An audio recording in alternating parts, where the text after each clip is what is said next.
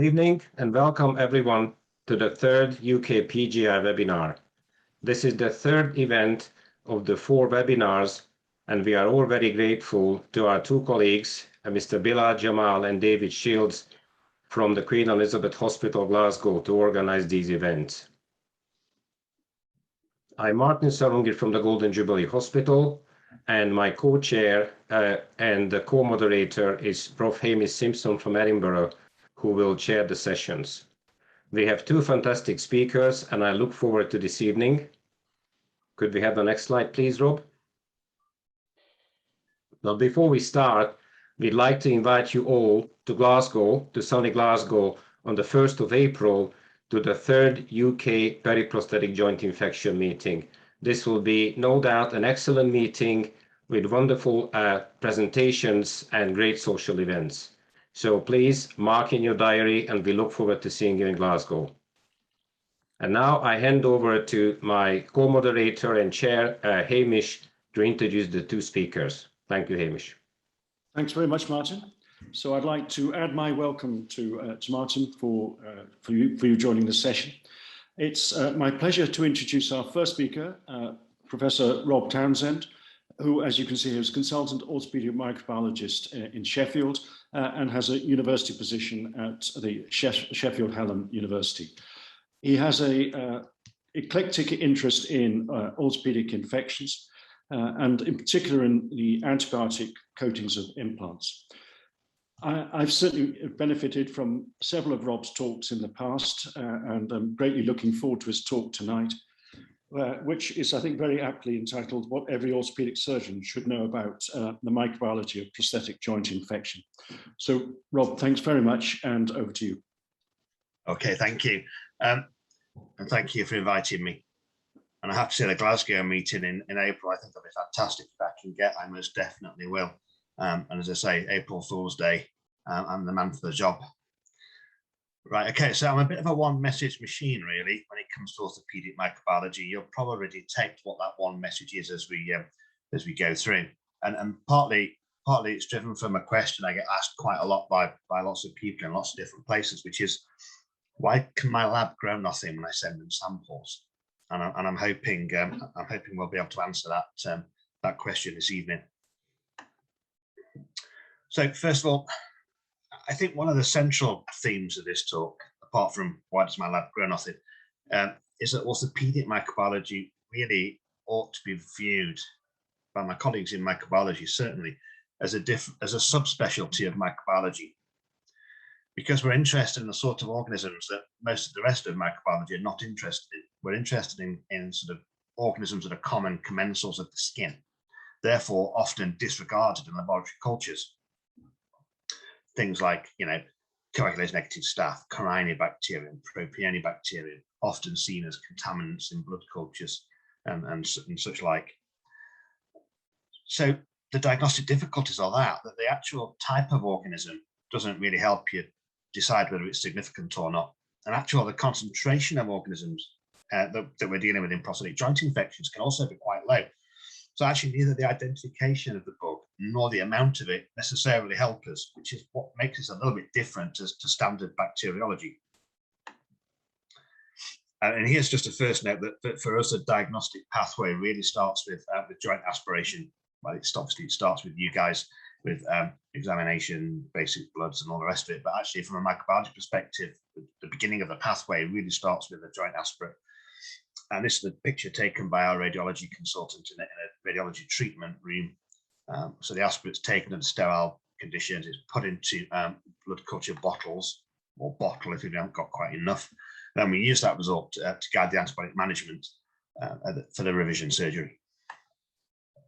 This is something we published. I'm not going to spend long on this because you can download the references there if you want to see it. But I think it's probably one of the largest series of prosthetic hip and knee aspirates, all prosthetic, all hip and knee, and almost 600 of them, and all sort of by culture. So there's no sort of leukocyte esterase, white cell counts, nothing like that. It's pure culture, and a sensitivity and specificity which is reasonable, I think. And in actual fact, when we did this piece of work, we actually stacked the odds against us slightly by disregarding we have 5 tissue samples on 1 aspirate, and we had to have it in 3, 4, or 5 tissues. But in reality, from a diagnostic pathway point of view, if you have the same organism in 2 tissues and the aspirate, that's 3 out of 6, which is probably, and we disregarded those in when we did this evaluation, but it's probably slightly higher than 0.84, 0.85. But what I thought was interesting, and it's the reason I've kept sliding really, was that we had something called dry taps, which is when they aspirated it, they didn't get anything or very, very little back. So they put down some saline, sterile saline, and drew that back up. And we always had the impression that actually probably weren't that many of those, and really probably wasn't all that useful. And we specifically looked at it thinking we could probably stop doing this because diagnostically it's probably not all that helpful. But as you'll see when we look at the numbers, almost half of them were dry taps, not necessarily completely dry, but actually minimal fluid coming back, almost half of them. So if you're following diagnostic pathway that requires you to evaluate native joint fluid, you're going to struggle in, let's say, 267 out of 581 for us. Actually, the results were still pretty good. Sensitivity, specificity, negative, positive predictive values, still reasonable. So actually it changed our mind, but actually it probably is a reasonable thing to do, and we'll just keep on doing it.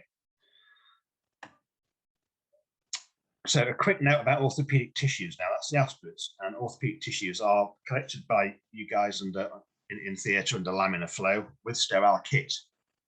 Remember that, because that'll become relevant in a minute. And I put a little note in here about laminar flow because I'm sort of preempting questions, because I often get this about studies that show laminar flow causing infections and all the rest of it.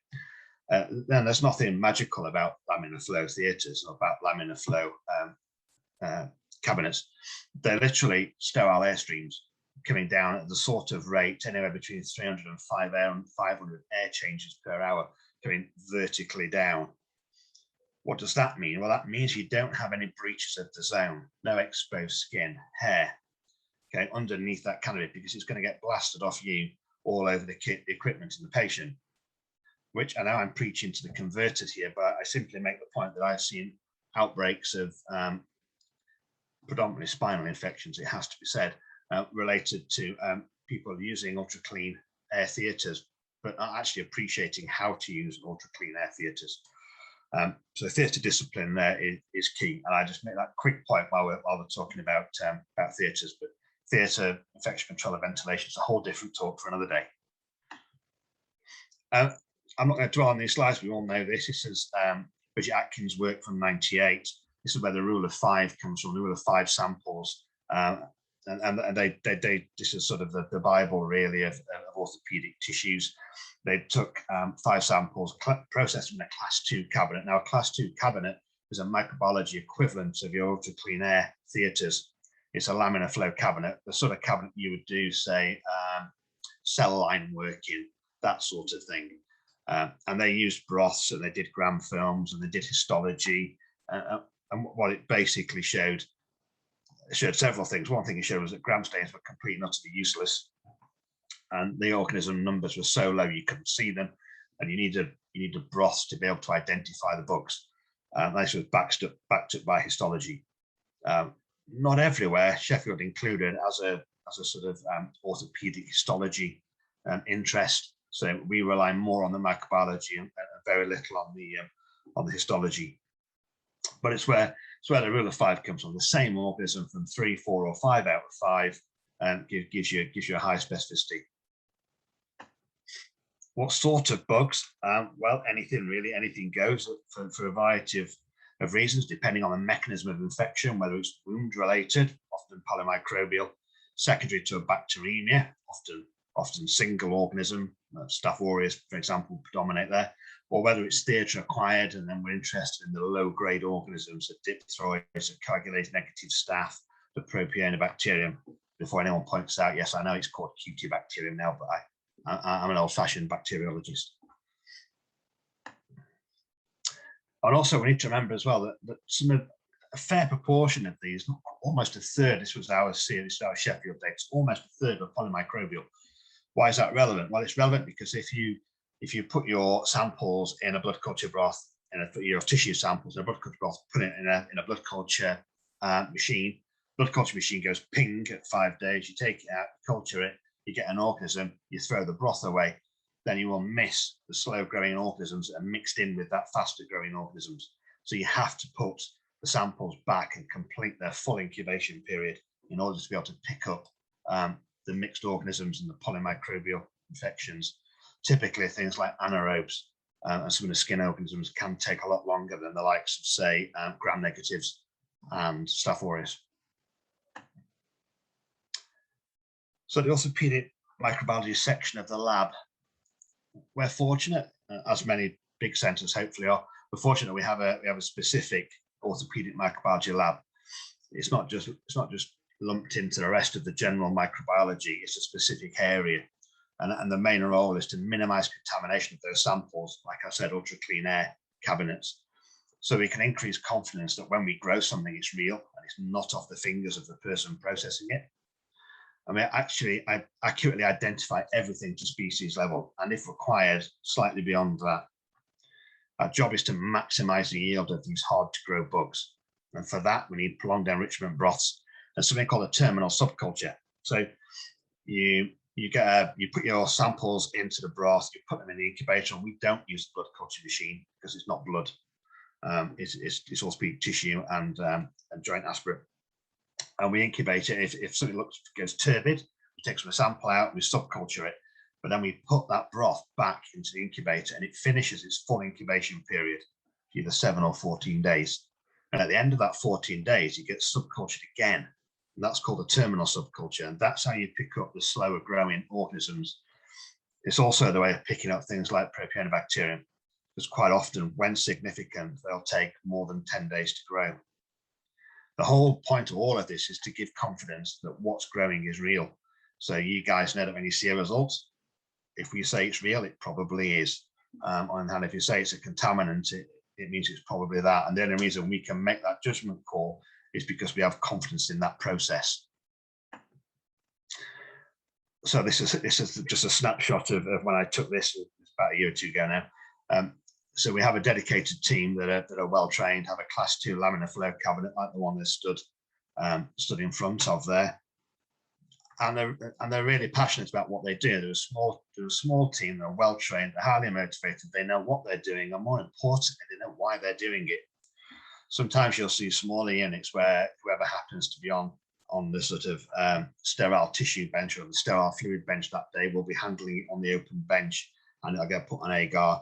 And it may or may not get a broth, and it may not get extended cultures, but that's very different to this. We have a dedicated team who do this, and they know why they're doing it, and they know when something's right and when something's wrong, and that for me is fantastic, because that means I have confidence in what's happening and the results we get through. So that's the class 2 laminar flow. So it's just basically a cabinet version of your UCA canopies. HEPA filtered laminar flow. Sterile kit, which go back to what I said about you guys in theatre. Laminar flow sterile kit. This is laminar flow sterile kit.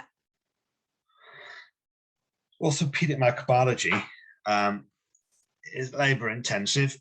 It's not automated. As I say, some places use blood culture machines, and that's fine, provided you remember it's not blood and it's not sepsis you're dealing with. But probably more important than any of those, you have to have confidence in the lab processing side, the equipment, and it's in capitals there, the staff. Staff are the key. Having the biomedical scientists and the laboratory aides who do all this work, having them know why they're doing it and the importance of it. It gives us confidence in the results we get. And we do ongoing training of lab staff. Okay, I admit COVID's probably slowed that down a little bit. So we probably have seen a bit of a blip in contamination rates because of that. But that's hopefully getting back on track now. And then I oversee all the orthopedic aspirates, tissues, biopsy results. They're not mixed in with all the general microbiology. They're kept separate. And we review all of those on a daily basis.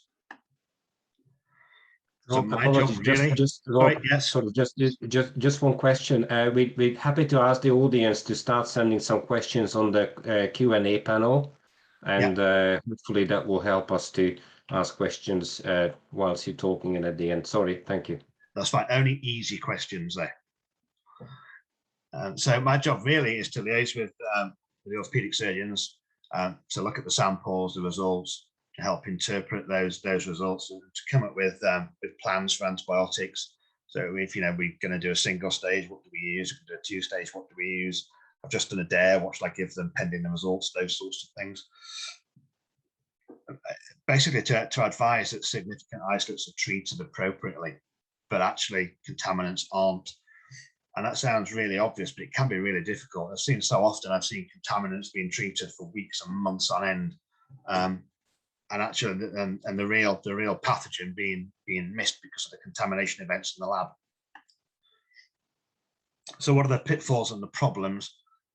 Well, not getting decent samples is probably the first one. Orthopaedic surgeons, actually, I have to say, are generally brilliant at sending the right stuff. Some of the other types of surgeons, they get a whole load of pus and send a swab. But so getting tissue samples is probably the key thing. For me, it's not an actual requirement in the national SOP, but actually having a laminar flow cabinet is crucial. Because I don't really think you can do this work certainly not in quantity, meaningfully without it. But I say it's not an absolute requirement. But they are expensive. Smaller labs that do a handful of these per year wouldn't probably spend the thousands of pounds required for a laminar flow cabinet. Then when you've got all of this, you need to train your staff correctly so they know what they're doing and they know why they're doing it the way they're doing it. Tissues handled incorrectly. So as I said, not using prolonged enrichment broths is a really crucial. Direct culture for the chronic PJIs is mostly useless. They just don't grow on direct culture. Direct culture is good for when you've got an acute infection, you've just done a DARE. You'll grow the sort of coliforms and the Staph aureus and things like that that are there in large numbers because it's essentially an acute infection. And that's fine, but you still follow it up with enrichment cultures as well. Interpreting the results incorrectly, so contaminants being treated as significant and significant bugs either being missed because of the contaminants or just being sidelined as contaminants. That all of those things can happen if you have uncertain laboratory processing. And it all adds up to either wrong or uncertain or no advice being given to you guys. So contaminants, as we said, they can happen at any time. They can confuse the hell out of you at any stage. They can lead to the wrong antibiotics, unnecessary antibiotics. These can be toxic, they can be expensive, they can give you C. diff, they can give you line infections if they're IV. Okay, and lab contamination is a real risk, particularly if you're not using laminar flow cabinets or you've got staff that don't normally work in that area. And as I say, that has been an issue over COVID where we've not had quite so much training or sort of familiarity with the section just due to staff shortages primarily. So the tissue results themselves, what we do and what we say depends on what it is. It's first stage tissue, is it second stage tissues, are they direct exchanges, are they DAREs, aseptic loosenings, you'll see one of these in a minute, or single stages. What sort of questions do I ask myself when I see the tissue results? I say, does it match the aspirate? That's the first thing I look at. Is it significant? So actually the aspirate said it was going to be a coagulase negative staph. And now I've got a diphtheroid, but the diphtheroid's only in 1 out of 5. Disregard it, it's a contaminant. And actually, in fact, I was expecting a coagulase negative staph, and now I've got a propionibacterium. Well, actually, it doesn't really matter because it's still covered by the antibiotics that we're using anyway. Those are the sort of questions that we go down that we discuss at the MDT. But the second stage tissues, really, there shouldn't be any surprises here because there should all be no growth, which was the point of the first stage, wasn't it? If they're not no growth, then you probably want to know what's going on. Is it significant again? So how many out of the 5 is it in? Well, it was a coagulase staph in the first stage. Now at the second stage, I've got 4 that are no growth and 1 with a Corynebacterium. Ignore it, it's a contaminant, probably from the lab. So is it genuine? Is it real? And if it's got significant numbers and you're not so sure, we go back to the sample of tissue that we've frozen.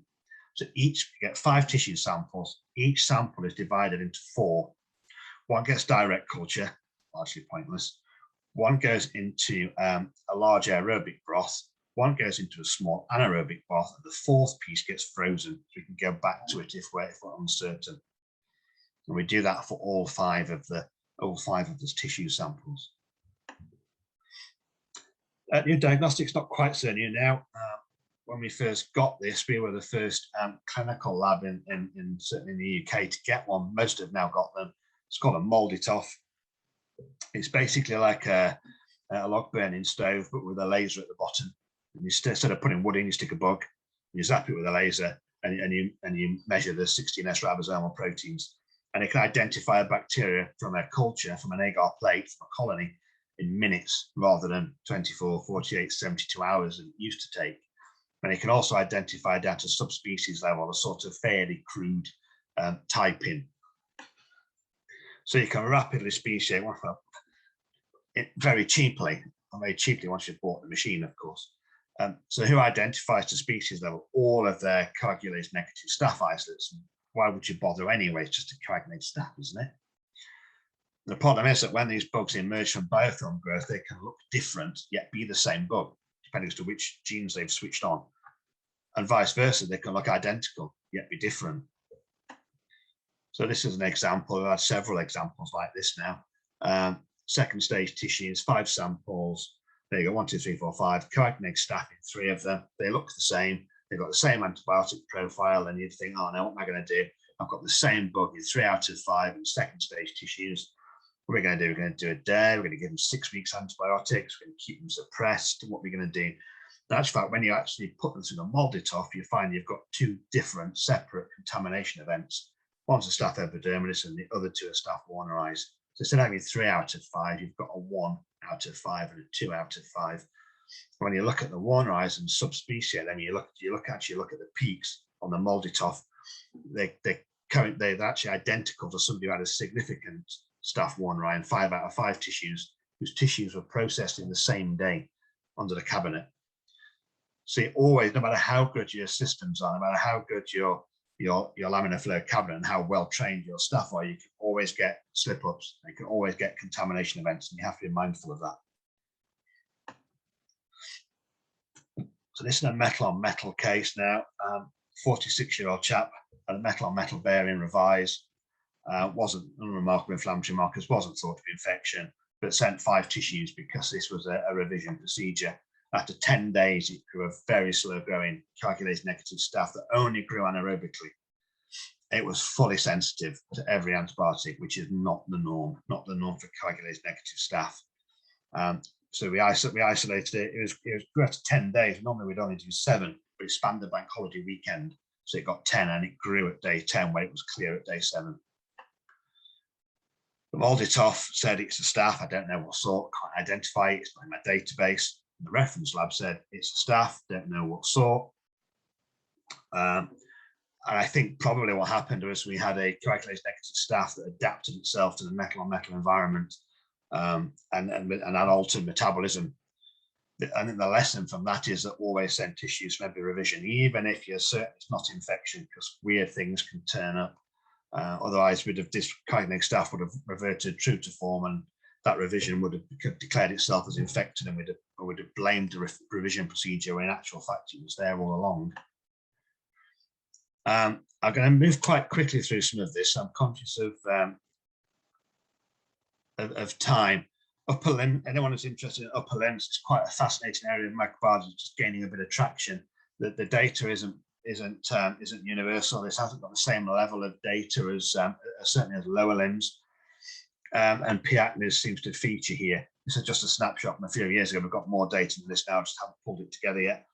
When you see P. acnes in lower limbs, 80% of the time it's a contaminant. So they're in low levels, just in 1 or 2 samples, and it's usually irrelevant.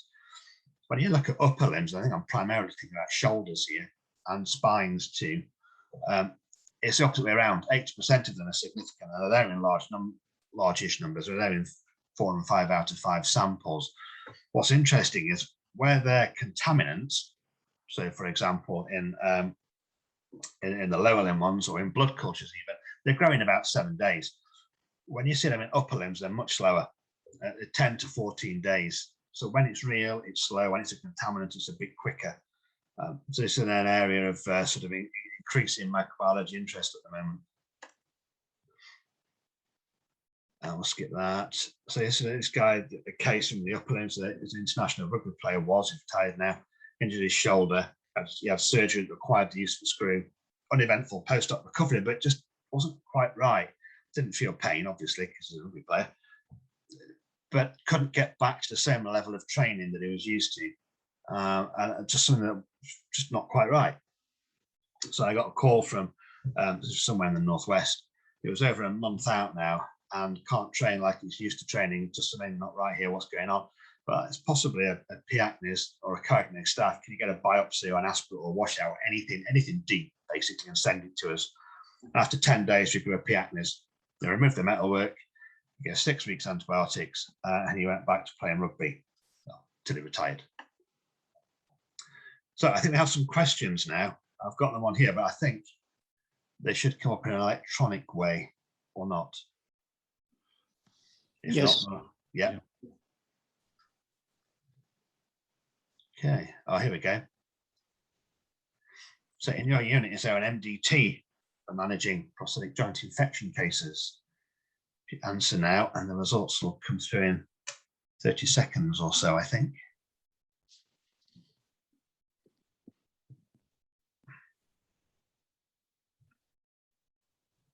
Again, if we get more questions than we have time for, I'm happy to take them offline and put something together that we can distribute. I'm not allowed to vote in that, am I?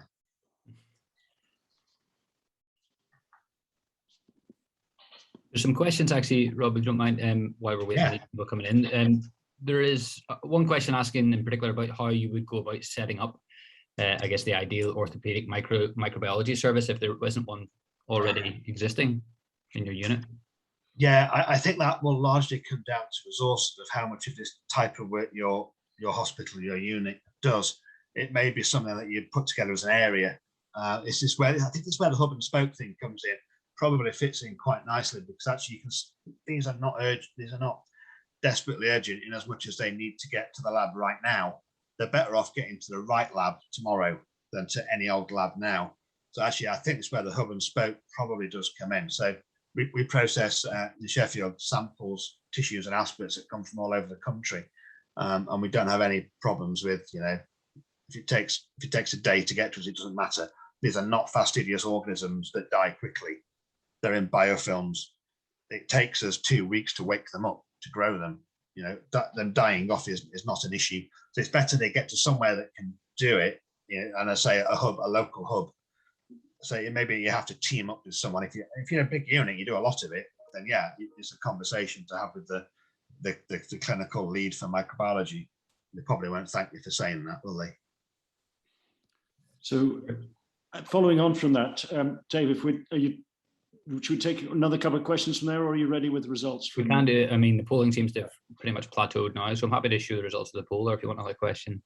So actually, following on from that, Rob, there was a question about standards for micro labs. And I suppose in particular, how would you expect every lab that is doing ortho to have the class 2 hood that you mentioned? And potentially, should they all have Molditoffs? Should they have next generation sequencing? What would be the basic requirements for having a micro lab for ortho? Yeah, so then there is a national SOP, a national standard operating procedure.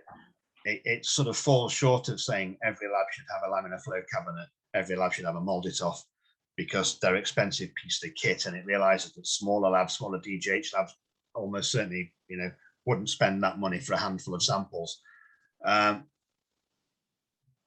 It's a difficult one, isn't it? 'Cause you really do need to be able to have confidence in the prolonged enrichment broths, and for that you really do need to do it with the cabinet. Some places do manage it without, and they're very fastidious. So gloves, traditional Bunsen burners, flaming everything, or even Bunsen burners have largely gone from most labs now as a sort of fire safety risk. I would say that you probably do need laminar flow cabinets.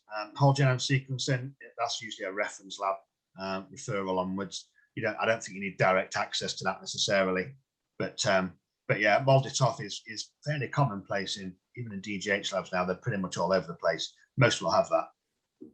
If somewhere hasn't got a laminar flow, is it possible for the surgeons to put the material straight into broth? Because after all, I mean, they are, as you pointed out, in a laminar flow environment. Yeah, if they've got access to the broth and they cut them up, what you don't want is an enormous piece of tissue wedged into the top of a broth bottle. They need to be cut up into small pieces, and you can use Ballatini beads, but some people say they destroy Propionibacterium. So you could do that, but again, be very mindful of contamination of the broth bottles. Yeah. Do you want to go through some of these questions now, then, Dave? That we've got the polling results to. Yep, you should be able to see the polling result there. 75%. Yes, that's really good, isn't it? I remember when me and Ian Stockley did the first Orthopaedic Microbiology meeting in Sheffield, which was probably about a decade ago. It was very much the reverse. Almost no one had an MDT. So that's really good to see, isn't it? Very good news. Yep. Okay, so there should be another question now, I think. There we go. So should we take another question whilst that's going through then? Yeah. There was a question about antibiotic treatment. First of all, for prophylaxis, for arthroplasty and for hip fractures, what would be your recommended prophylaxis for those? That should be a really simple question, but it's actually a really difficult one. It used to just be cefuroxime, didn't it? And then C. diff came along, and then everyone quickly ditched all the cephalosporins and moved to Fluclox Gent. And then we began to see queries about, allergies to Fluclox and renal dysfunction and increasing numbers of coagulase negative staph. And then we sort of started to see teicoplanin gentamicin come in. And then we had the NAP6, which talked about allergy to teicoplanin, which in reality, in most cases, probably was just a weight being given too fast. So it should be a really simple question. I think I would separate the two because they're not different. So they are different. So arthroplasty, if you're in a very low risk environment, which is a dedicated arthroplasty hospital, and you've got no trauma, you've got no unselected medical admissions and all the rest of it, then Fluclox Gent or even cefuroxime is probably fine. And I'd lump in most of our independent sector hospitals in that. So we occasionally get the question that but they're using cefuroxime here, and the local trust they use Type Gent. Yeah, that's because they're not at their local trust. That's because they're here or somewhere else. So actually, sometimes you'll tailor your prophylaxis regimes to the area you find yourself in. I'm not. There's always the odd genuine type allergy, but most of them, as I say, are probably down to the way it's being given. Right. There we go. So there's our answers. Surgeon, well, yes, most definitely. Mixed microbiologist, yeah, ID. Pharmacist. That's one thing we don't have in our MDT is a pharmacist. Admin support and other. I'm quite sure what the other is. It'd be interesting to know what we mean by other. But yeah, that's reasonable, isn't it? There should be another question. One final question. Who should be involved? You can vote now. And whilst that's going, Rob, we'll take the other half of that antibiotic question, which was in terms of the duration of antibiotics. There was a question asking for how long should the antibiotics continue after A, a DARE, B, a single stage, and C, a second stage, and C, a second stage. Okay, so I'll tell you what we do. So a single stage for infection gets 2 weeks antibiotics and stops. So if that antibiotic, or if the infecting organism is gram-positive and it's sensitive to vancomycin and a new version of that called dalbavancin, then we can get them out of hospital much earlier. If they're ready to go home at a week, we can give them a stat dose of dalbavancin and send them home.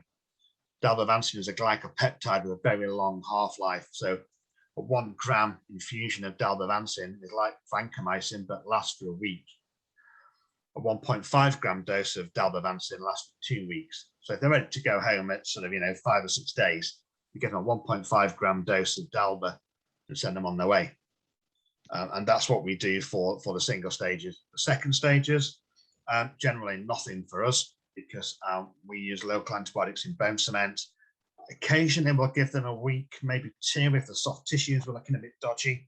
Or there was some issue we were worried about, either covered in psoriasis or something skin related that we worried about. Most second stages for us, we don't give them anything. And DAREs for us, they get 2 weeks of IV, 4 weeks oral. And I think it's probably just worth mentioning, I think one of the biggest mistakes I've seen made with DARES is assuming that it's going to be Staph aureus and just giving them flu clots immediately after you've done it. And then 4 or 5 days later, they're covered in Pseudomonas or coliform from the tissues. So I think that probably the thing to do with the DARES is to not go narrow spectrum too early. Keep the spectrum broad until you get your tissue results back. So for us, that would be ticaplanin and tazocin, or if they've got a history of resistant bugs, ticaplanin, meropenem, and then de-escalate at 2 weeks to something oral. If it's gram positive again, it could be this is where dalbavancin can come in again as well.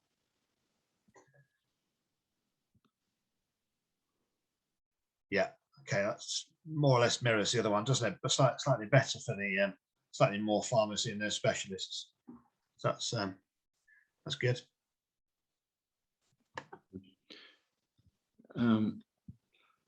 I think there's probably time just for 1 or 2 more questions. The rest, just to let you know that Rob has offered to answer by email, or we'll try and answer some of them on the chat over the rest of the session. Martin, I don't know if there's any in particular that you've picked out that we should cover in this open part of Rob's talk. No, I think this is a good summary, and perhaps for the next talk, if Rob could have a look at some of the questions and maybe can answer some on the. There is one from Peter Bobak and some other questions from other people. Yeah, I think that the concluding bit really is that traditional microbiologists from 100 years ago would recognise the sort of work we do in the Orthopaedic Microbiology Lab, because it's basic bacteriology that's done carefully, done properly. With broth microbiology, which goes back to 100 years. So if you wait long enough, everything comes full circle, doesn't it? That final slide there is taken just 25 minutes north of Glasgow. It's one of my favourite places in the whole world, Loch Lomond. Nice. And that's me. And I think I'm on time. You are brilliantly on time, Rob. Thank you very much. Yeah, Rob, well done, Rob. Yeah. Thank you. A brilliant talk, as ever, very helpful, very educational, and very entertaining. So thanks very much indeed, Rob. And that's great, thank you. Your input. Let's start on those questions now. Yeah, if you start on the questions, there's quite a lot to go through, including from several of your colleagues, which will probably test you a little bit there. Oh, yeah, sure. So it's my great pleasure to welcome our second speaker, Professor Mike Reid. Actually, Mike continues the Sheffield theme because he did his MD in Sheffield, having done his first degree in Newcastle. He's represented in the UK as a ABC travelling fellow, and rather remarkably, he has 3 major kind of research themes and kind of patient improvement projects in hip fractures, enhanced recovery, and in infection. And it's because it's this last kind of aspect of Mike's career that we're particularly keen to hear about today. He's chief investigator on studies based in Oxford and York on infection prevention, and has also kind of joined the NJR steering committee. So, Mike, over to you for your talk today about bone and joint infection registry. Thank you, Mike. Hamish, thank you, and thanks for that introduction. So I'm really just going to provide an update for the bone and joint infection registry.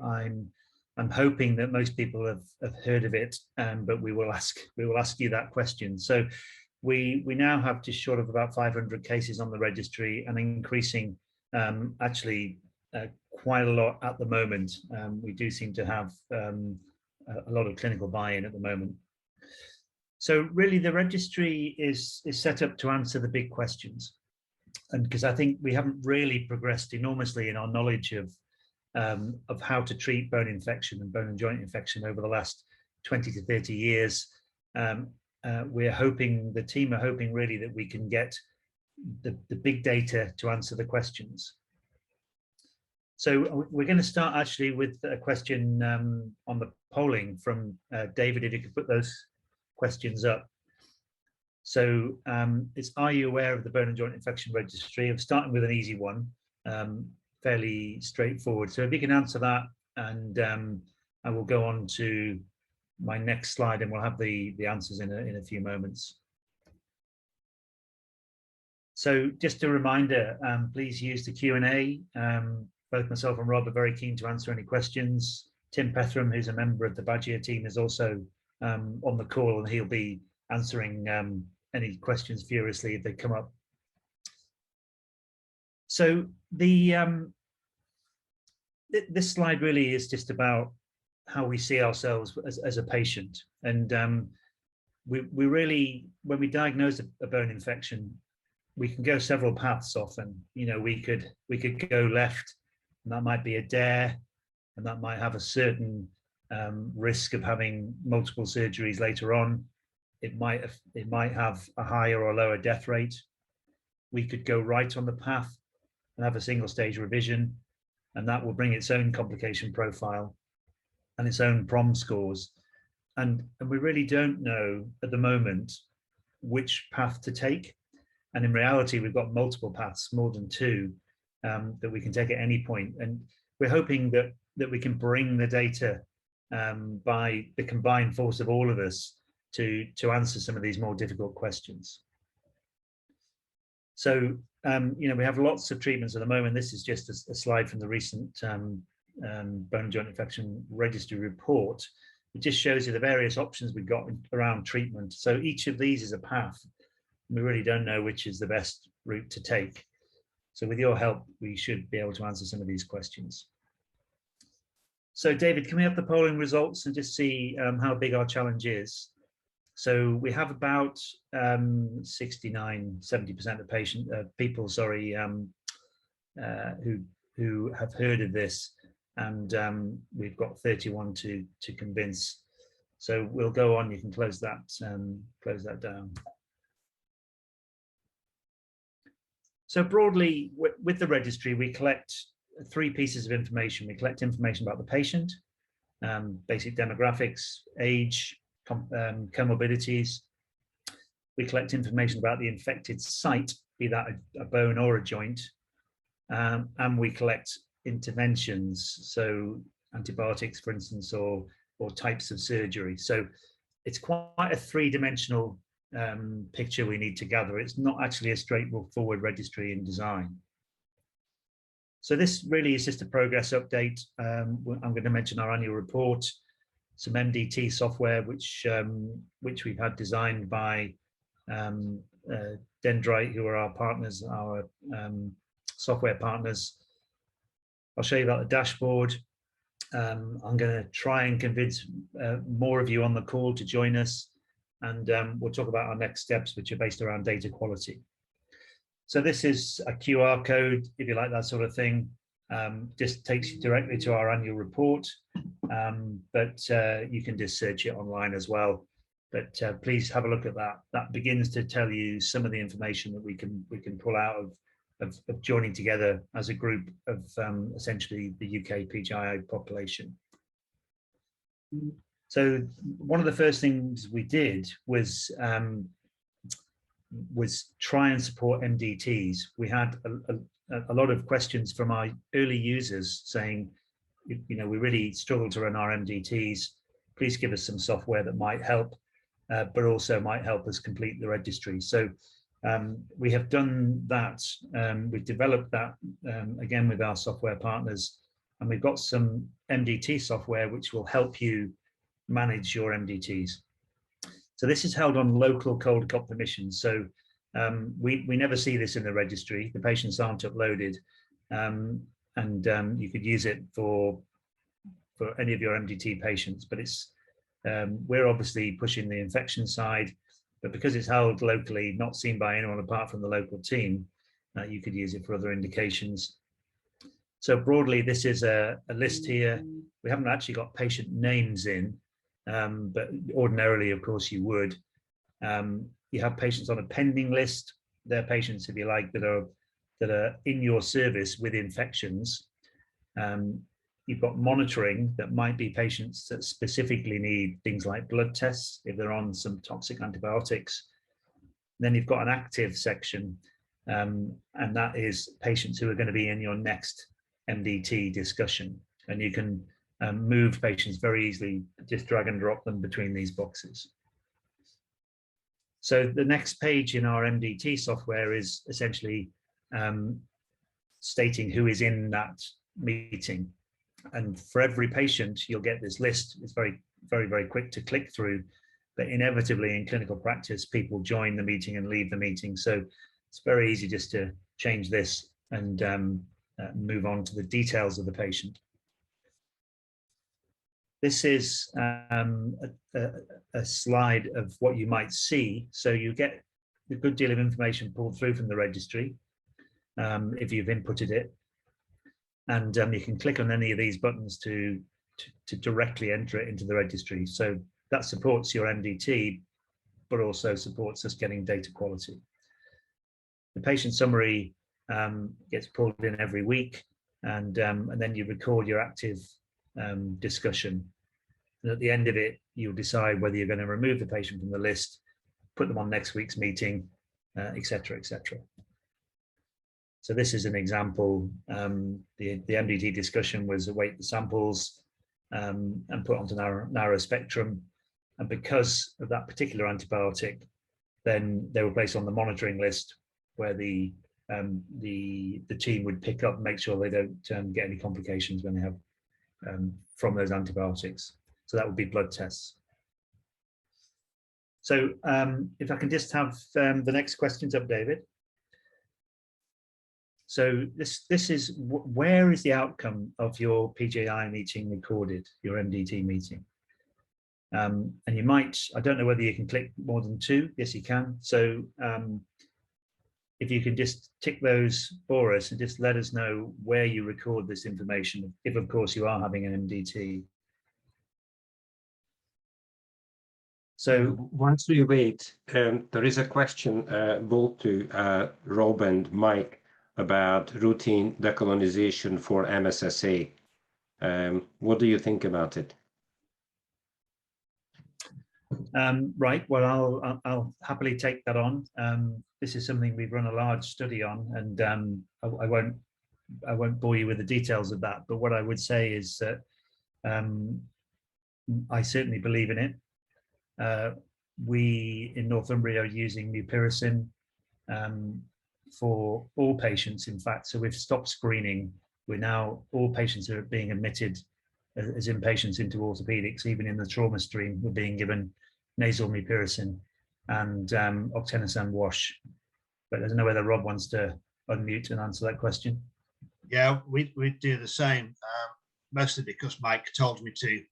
So so we now do it. No, joking apart, we did it to try and reduce our SSI rates, and I have to say that since we started doing it, we largely haven't seen much in the way of Staph aureus SSIs. Get the odd one, everyone gets the odd one, but yeah, some hospitals say to me, we never see surgical site infection in orthopedics, never see Staph aureus. Do I have to do it? Like, well, no, you don't have to do it, but if you're a big unit and you think you've got an issue and you want to do everything you can to maximize infections, so it's one thing you can do. And certainly I think for us in Sheffield, it's helped. Yeah, I would definitely agree with that. So this is the output that you might get from from the software. Just an example, and it will produce the notes with everyone that's there, all of the details of the patient. This can go into your electronic patient record or into the notes or both. And is just an extremely useful way. And we did our MDT this morning, and this is the software we're using. So can we have the feedback poll from the polling?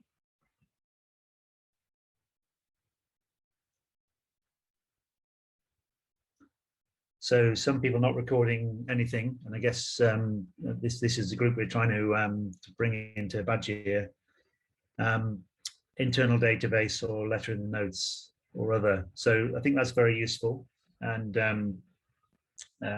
we can see there that I think there's some way to go in terms of MDT recording, but we're doing much better than we were, I think, as Rob said earlier. So this is the sort of output that you'll get from the registry. They're on the basis of some of the boasts that have come out, which for the microbiologist is the sort of orthopedic rule book that's published. There is an undertaking that we do collect the results of our MDT. So this software will record that, say who's there, what patients you've discussed, and that will eventually feed into some of the quality metrics which we'll need, at least in England, to get our full funding in the revision networks. So that's automatically produced. Likewise, if your team engages in Badger, you'll get your own dashboard. This is just our trust dashboard, and shows you some of the outcomes that we're able to monitor through Badger. So we have a large number now of units signed up. This is now, I think, 28 units that have, 29 units that are fully fledged in terms of their governance. We have a similar number of units sort of working through the governance process, which, to be fair, is a little complicated, but we've now essentially produced a pack where you can copy and paste a lot of the information for your own local governance, which has to be set up before you can join us. But we have, you know, a large number of units now able to join in. So Martin, who introduced us at the start, actually has been working hard with the Scotland team to try and get them on board into Badger. It's a different legal process and has required a very significant piece of work. We're hoping that they will be able to onboard shortly. We don't yet have a solution for Northern Ireland. If anybody is on the call and wants to take on that mantle, then we'd be very happy to hear from you. We are able to operate fully in England and in Wales. So we are keen to bring everyone into using the registry, at least within the UK. There is an international initiative going on, and if you're from abroad, please get in touch, and I'll put you in touch with the local team if they are engaged. But we do have regular calls with the international bone and joint infection registry community, but we're the only one that's actually up and running currently. So just as an example of the sort of BOASTs, which is the orthopaedic law, if you like, which is being set down by the BOA and the specialist societies. You can see here that in the knee BOAST, they are stating that every unit managing PJI must submit data to Badger and to the NJR. So we have managed to get the backing of BASC and shortly, hopefully, the BHS, the Hip Society, to use the registry, and their support is really critical to our agenda. So what's next for us? Well, we're going to have a focus on data quality. It's really important with registries that we collect all the information.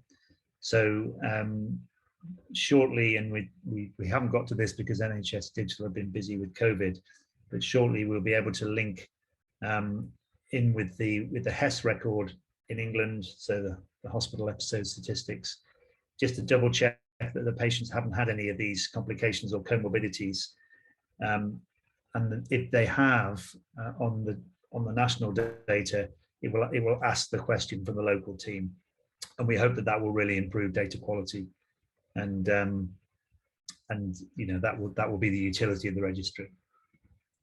So next polling question, please.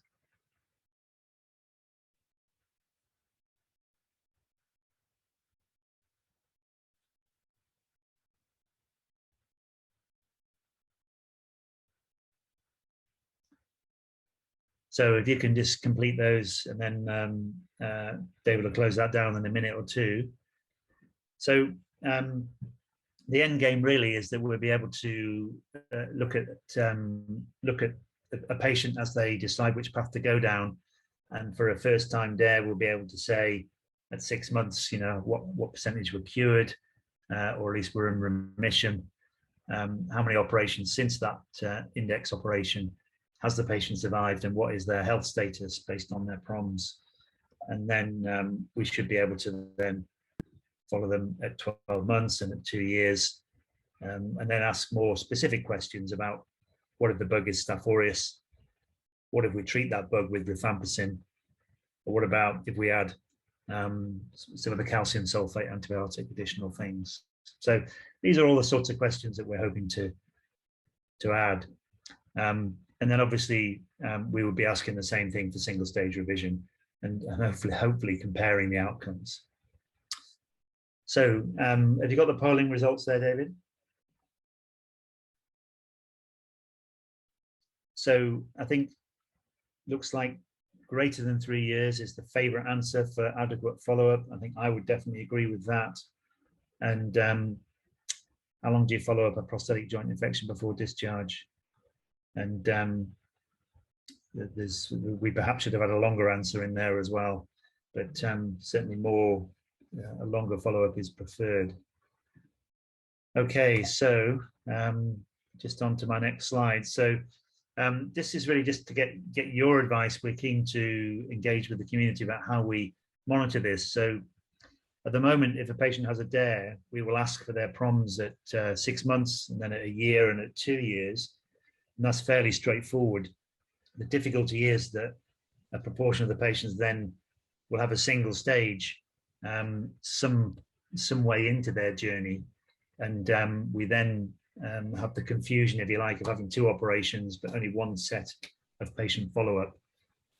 So we're keen to engage with the community about how we report that to you in a useful way, because we can't really ask the patient to fill in a PROM 6 months after every intervention, because very quickly some of them will be getting very busy filling in the forms. So just a reminder, we're very keen to support your MDTs, and if you can support the registry. Very grateful for the financial support of our sponsors who have been absolutely fantastic throughout this, and also Dendrite. I see 1 or 2 of them are on the call tonight. Another plug, please, for the UK PJI meeting on the 1st of April, back or up in Glasgow. We're really keen to get that rolling. Hopefully meet face to face. It's been a long 18 months. And there's our contact details. I'm very grateful for the Badger team. A lot of people giving an awful lot of their spare time for free to get this rolling. And I think we are making some significant progress. So please contact us. And that is all I have to say. Mike, thanks very much indeed for that update on Badger, but also for all the work that you've been doing on Badger, kind of creating it and things like that. It's really is the way forward for improving things in the UK infections. So thank you very much indeed for that. I think quite a number of the questions, I think Rob's been kind of working us through and answering some of those there. Some of them I think you've already answered. There was one about whether or not there were any centres outside England, and I think you indicated that there's certainly Cardiff's in there, so there is kind of some centres in Wales. But Scotland, how long do you think it will be before Scotland is able to enter data? So Martin's unmuted. I think I'm going to get him to answer that question. Thank you.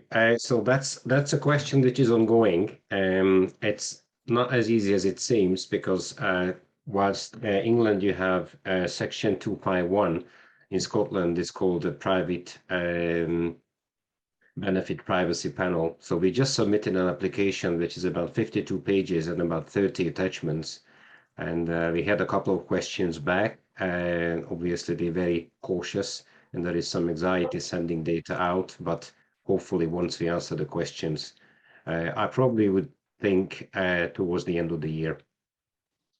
That's my positive hope. Well, that's very hopeful. That's very positive, Robert, not hopeful, positive. Mike, just continuing that theme in terms of contributing centres. I mean, France have got a registry, haven't they? Have you? Is that got similar numbers to Badger, or has it been going as long, or do you know anything about French? Yeah, so the French registry is interesting. I think their numbers are massive, but they're not collecting outcomes as far as I can see. So it's a slightly different setup. But the numbers of patients that they're putting through in terms of the epidemiology of the disease is vast. But as far as I know, they're not collecting actual outcomes of the disorders. At least that's what I've seen written. Right. So we just see. I think Yeah, I think actually there's just some other chat that is just to kind of catch up on later for you, Mike, I think from that. But we're actually kind of past our time now, so I think we should probably draw this this evening to a close. But just another massive thanks to both of our speakers, to Mike and Rob, for a really fascinating evening, kind of some really good information and really good chat on the kind of on the chat board here, indicating the amount of interest there is in this topic. And I think the great thing is it's the positive message, as you both have said, from where we were kind of when the first infection unit was set up kind of over kind of 20 years ago. I mean, it's just transformed the amount of interest and the amount of work that's been done. So thanks very much to both of you for this evening and all the work on that. Thank you. Good night. Thank you. Thank you for asking. Yeah, bye. Thank you.